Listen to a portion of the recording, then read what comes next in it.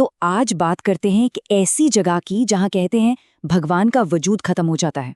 एक ऐसी कहानी जो शायद आपकी रातों की नींद उड़ा दे। चलिए काटा मॉनेस्ट्री के उन्हीं अंधेरे खौफनाक गलियारों में चलते हैं। कहानी की शुरुआत होती है इन 3 शब्दों से, जो किसी आम दरवाजे पर नहीं बल्कि समझिए नर्क के दरवाजे पर लिखे थे। भगवान यहाँ खत्म होता है और उस दरवाजे के ठीक सामने 2 नन खड़ी थीं, जिनके पास अंदर जाने के सिवा कोई और रास्ता नहीं था। और अंदर अंदर उनका इंतजार कोई इंसान नहीं बल्कि एक बहुत पुराना शैतान कर रहा था। उसका नाम था वैलिक। अब दुनिया को बचाने का सिर्फ एक ही तरीका बचा था, एक भयानक कुर्बानी। तो एक नन ने खुद को फांसी लगा ली, ये मानते हुए कि शायद उसकी आत्मा उस शैतान को वहीं रोक पाएगी। अब जब एक पवित्र जगह पर इतनी अपवित्र मौत हो तो खबर तो फैलनी ही थी। खबर रोमानिया पहुंचती है और वेटिकन इस राज का पता लगाने के लिए अपनी सबसे खास टीम भेजता है, एक नई उम्मीद।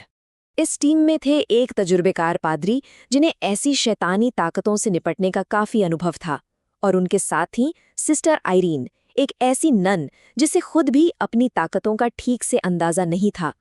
तो सवाल ये उठता है कि सिस्टर आइरीन ही क्यों? क्योंकि उनके पास एक खास तोहफा था, या यूं कहें कि एक सजा। वो आने वाले खतरनाक मंजर देख सकती थी, होने वाली अनहोनियों को महसूस कर सकती थी, और उन आत्माओं से बात भी कर सकती थी जो इस दुनिया और उस दुनिया के बीच फंसी हुई थी। और जैसे ही उन्होंने उस खौफनाक मॉनेस्ट्री में कदम रखा, सब कुछ बदल गया। हवा भारी हो गई, दीवारों से फुसफुसाहटें आने लगीं। उन्हें ये समझने में देर नहीं लगी कि वो वहां अकेले नहीं हैं। शैतान से पहला सामना शुरू हो चुका था। ये साफ था कि वो जगह किसी बहुत ही बुरी ताकत के कब्जे में है। हर कोने में एक अजीब सी ठंडक और मौत की खुशबू थी। चीजें अपने आप हिल रही थीं, हवा में तैर रही थीं, और भिक्षुओं की आत्माएं उन गलियारों में भटक रही थीं, जैसे किसी कभी न खत्म होने वाले दर्द में कैद हों। लेकिन बात यहीं नहीं रुकी। हालत तब और बिगड़ गए जब उसी नन की आत्मा, जिसने खुद की जान ली थी, पादरी पर हमला कर देती है और उन्हें एक ताबूत में जिंदा दफन कर देती है। जब लग रहा था कि अब सब खत्म, तभी कहानी में एक नया मोड़ आता है। सिस्टर आइरीन की मुलाकात मॉनेस्ट्री के अंदर एक और नन से होती है, एक ऐसी साथी जो शायद उन्हें जीत का रास्ता दिखा सकती थी। वहीं उन्हें पता चलता है कि जिस शैतान से वो लड़ रहे हैं उसका नाम है वेलैक, एक ऐसी ताकत जो सिर्फ इंसानों से नहीं बल्कि हर उस चीज से नफरत करती है जो पवित्र है। कहते हैं कि सदियों पहले एक पूजा के दौरान गलती से एक दरवाजा खुल गया था, नर्क का दरवाजा, और वेलैक वहीं से हमारे दुनिया में आया था। तो वो नन सिस्टर आइरीन को वैल को हराने का एकमात्र तरीका बताती है।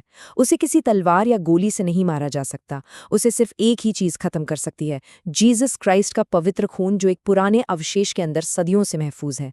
और उसे खोलने वाली चाबी वो अब आइरीन के पास थी। आइरीन किसी तरह पादरी को ताबूत से आज़ाद कराती हैं और बड़े जोश में बताती हैं कि कैसे अंदर एक नन ने उनकी मदद की। लेकिन पादरी का जवाब उनके पैरों के नीचे से जमीन खींच लेता है। वो कहते हैं, कार्टा मोनेस्ट्री में तो सदियों से कोई भी नहीं रहता। ये एक ऐसा सवाल था जिसने सब कुछ बदल दिया।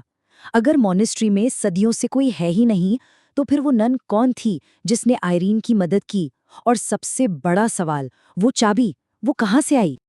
और तभी उन्हें समझ आता है, उनकी मदद करने वाला कोई जिंदा इंसान था ही नहीं, वो एक आत्मा थी, एक ऐसी नन की रूह जो कब्र के उस पार से भी इस जंग में उनका साथ दे रही थी। तो अब चाबी उनके पास थी, अवशेष की जगह का भी पता था। अब वक्त था आमने सामने की लड़ाई का, वेलक के खिलाफ आखिरी जंग। सिस्टर आइरीन अपनी शक्तियों का इस्तेमाल करके उस पुराने अवशेष को ढूंढ निकालती हैं, लेकिन बस एक पल की देर हो गई। वैलिक ठीक उनके सामने खड़ा था और उसकी आंखों में सिर्फ और सिर्फ नफरत थी। लड़ाई शुरू होती है और खत्म भी हो जाती है। वैलिक उनकी सोच से कहीं ज्यादा ताकतवर था। पलक झपकते ही एक ही झटके में वो पादरी को मार डालता है। उम्मीद की आखिरी किरण भी बुझ जाती है।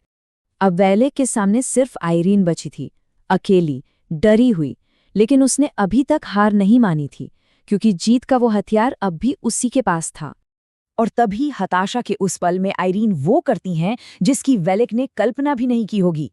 वो उस पवित्र खून को अपने मुंह में भरती हैं और सीधा सीधा शैतान के चेहरे पर थूक देती हैं। और पवित्र खून अपना काम कर देता है। वेलक दर्द से चीखता है, उसका शरीर जलने लगता है और फिर एक जोरदार धमाके के साथ वो अंधेरे में कहीं गायब हो जाता है। तो बुराई का अंत हो गया, खतरा टल गया। लेकिन एक सवाल आज भी वहीं का वहीं है। जो दरवाजा एक बार खुल जाए, क्या वो कभी सच में पूरी तरह बंद होता है, या फिर वेलक बस सही मौके का इंतजार कर रहा है वापस आने का?